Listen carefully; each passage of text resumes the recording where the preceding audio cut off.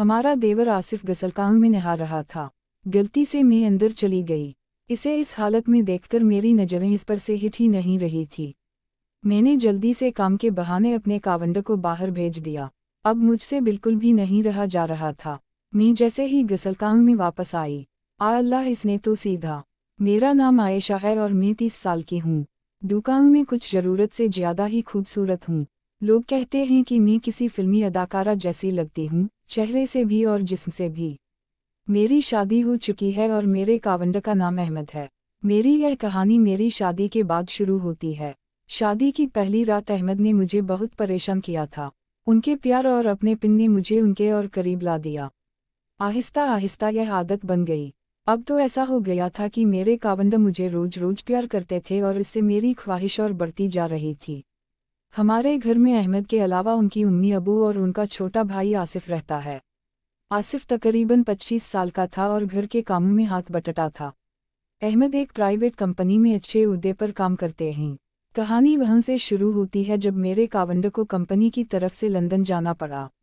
यह वक्त पूरे 8 महीने का था। उनके जाने की खबर सुनकर मैं बहुत उदास हो गई।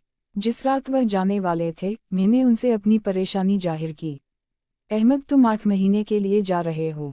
अब तुम्हारे बगैर मुझे नींद कैसे आएगी। अहमद ने मुझे खुद से किसकर भर लिया और बोला, मेरी आयशा, मेरा जाना जरूरी है। मैं खुद भी उदास हूँ। मैं तुम्हें छोड़कर नहीं जाना चाहता, मगर क्या करूँ, नौकरी है, काम तो करना ही है। अहमद की बात सुनकर मैं खामोश हो गई। इस रात अहमद ने मुझे सुबह सुबह के 8 बजे तक नहीं छोड़ा। बहुत परेशान कर दिया था।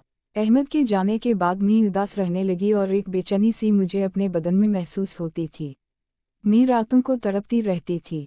यह अहमद के चले जाने के बाद की तीसरी रात थी। मुझे अहमद की बहुत याद आ रही थी। मेरे जिस्म की अबकिना बढ़ती जा रही थी और फिर मैं अबकिना होकर कमरे से बाहर आ गई। हमारा घर डबल मंजिला था। मेरा कमरा ऊपर जबकि सास और ससुर का कमरा नीचे था। मैं नीचे आ गई। फिर जब मैं अपनी सास और ससुर के कमरे के पास से गुजर रही थी तो मुझे अंदर से हल्की हल्की आवाज़ें आ रही थी। मैंने अंदर झांकने की बहुत कोशिश की मगर सब कुछ अंदर से बंद था। बस आवाज़ें ही आ रही थी। मुझे मालूम था कि अंदर क्या चल रहा है। मुझे बहुत देखने का दिल कर रहा था, ना जाने क्यों। पर मैं सिटुआ रूम से एक सटल लाकर ऊपर वाली छोटी खिड़की से देखने के बारे में सोच रही थी। पर शायद इससे काम ना बनने वाला था। मैं वहीं से कम 10 मिनट तक उनकी आवाज़ें सुनती रही। मेरी अबकिना बढ़ रही थी। मेरा गला सूख रहा था और मैं बावर्ची खाने में पानी पीने के लिए जाने लगी। बावर्ची खाने में आते ही मेरी नज़र मेरे देवर आसिफ पर पड़ी। वह बावर्ची खाने में ही सो जाता था। मजबूत जिस्म और गठील बदन देखकर ना जाने क्यों मैं इसे सोते हुए घूरने लगी। मैंने पहले कभी आसिफ को इस नज़र से नहीं देखा था। इसकी लंगोट थोड़ी सरकी हुई थी और इसकी रान साफ साफ दिखाई दे रही थी। मैं कुछ देर इसे घूरती रही और फिर वापस अपने कमरे में आ गई। मेरा ज़रा भी दिल नहीं लग रहा था। यह मेरे कावंड के बगैर पहली रात थी और मैं सोच रही थी कि ना जाने बाकी के दिन कैसे कट। ऐसे सोचते सकट कब नींद लग गई पता ही नहीं चला। सुबह हो चुकी थी। अब मैं बावर्ची खाने में अपने काम में लगी थी। तभी आसिफ आया और बोला, भाभी आज खाने में क्या बनाना है।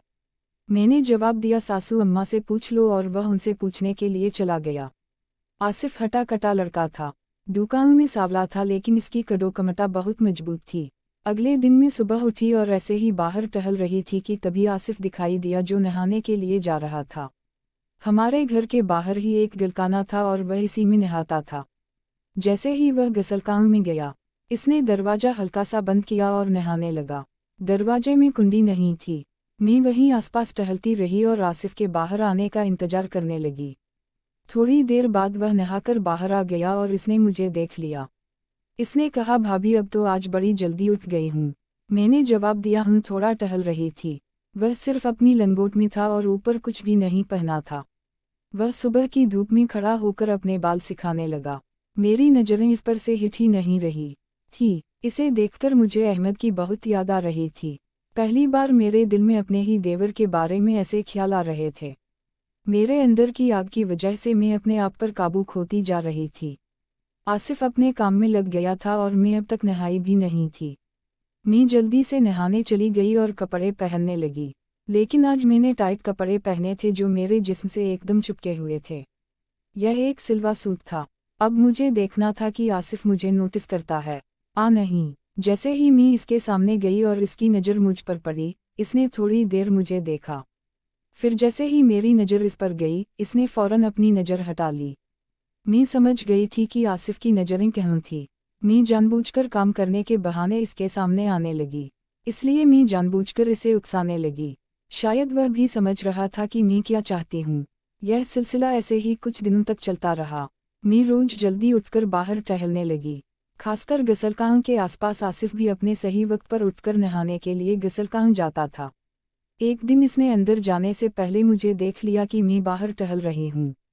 इसने जानबूझकर गलकान का दरवाजा ठीक से बंद नहीं किया, जबकि इसे पता था कि मैं बाहर हूँ। शायद वह भी मुझे उकसाने की कोशिश कर रहा था। मैं देख पा रही थी कि वह सिर्फ कच्चे में ही नहा रहा था। इसका आधा जिस्म मुझे साफ दिखाई दे रहा था। जैसे ही इसने देखा कि मैं इसे देख रही हूँ, इसने जल्दी से दरवाजा बंद कर लिया, ऐसा जिताया जैसे इसे मालूम ही नहीं था कि मैं इसे देख रही हूँ। मैंने सोच लिया था कि आसिफ को कैसे सीधा करना है। शायद वह डर रहा था। मेरे दिमाग में एक आइडिया आया कि क्यों ना मैं इसके गसल खाने का पानी बंद कर दूं। रात होते ही मैं छत पर गई और इसके गसलखान के नल को घुमाकर बंद कर दिया। साथ ही गसल खाने वाले पाइप में हल्का सा किट लगा दिया। पता का अगर किसी ने पूछा कि गसलखान का नल ऊपर से किसने बंद किया है, तुम्हें बता सकूं कि पाइप में से पानी बाहर आ रहा था, इसलिए मैंने इसे बंद कर दिया। अब मैं सुबह होने का इंतजार करते करते सो गई। आज मैं जल्दी उठ गई थी और बाहर आकर आसिफ के आने से पहले ही टहलने लगी। थोड़ी देर में आसिफ नहाने के लिए गसलखान की तरफ जा रहा था। मैंने इसे जाने दिया। जैसे ही इसने बाल्टी भरने के लिए नल चलाया, इसमें पानी नहीं था। फिर वह बाहर आ गया और मुझसे पूछने लगा, भाभी टंकी में तो मैंने रात में ही पानी चढ़ाया था, फिर इतनी जल्दी कैसे खाली हो गई? मैंने जवाब दिया, ऊपर गलकान के पाइप में दर आ गई थी जिसकी वजह से सारा पानी छत पर जमा हो रहा था, इसलिए मैंने नल ऊपर से ही बंद कर दिया है। आसिफ बोला, भाभी मुझे नहाना था। तो मैंने कहा, क्यों ना तुम अंदर वाले गसल खाने में नहा लो जब तक वह ठीक नहीं हो जाता।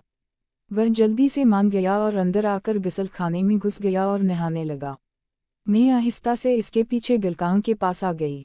देखा तो वह बगैर दरवाजा बंद किए ही नहा रहा था। शायद से आदत थी कि इसके गसल खाने में कुंडी नहीं थी, इसलिए इसने कुंडी लगाना भूल गया होगा। थोड़ी देर बाद अंदर से पानी की आवाज़ आना बंद हो चुकी थी, पर वह बाहर नहीं आया।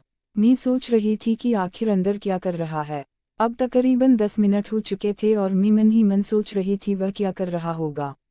मैंने जानबूझकर अपने अंदर वाले छोटे कपड़े गलकान में रख दिए थे ताकि इसकी नज़र उन पर पड़े और इसके दिल में मेरे बारे में वह करने के ख्याल आए जो मैं इसके साथ करना चाहती थी। अब मैं बाथरूम के दरवाजे के पास खड़ी होकर अंदर झांकने की कोशिश कर रही थी। तभी मुझे अंदर से हल्की सी आवाज़ सुनाई दी। ओ भाभी, मैं समझ गई थी कि आसिफ मेरा नाम लेकर अंदर क्या कर रहा है।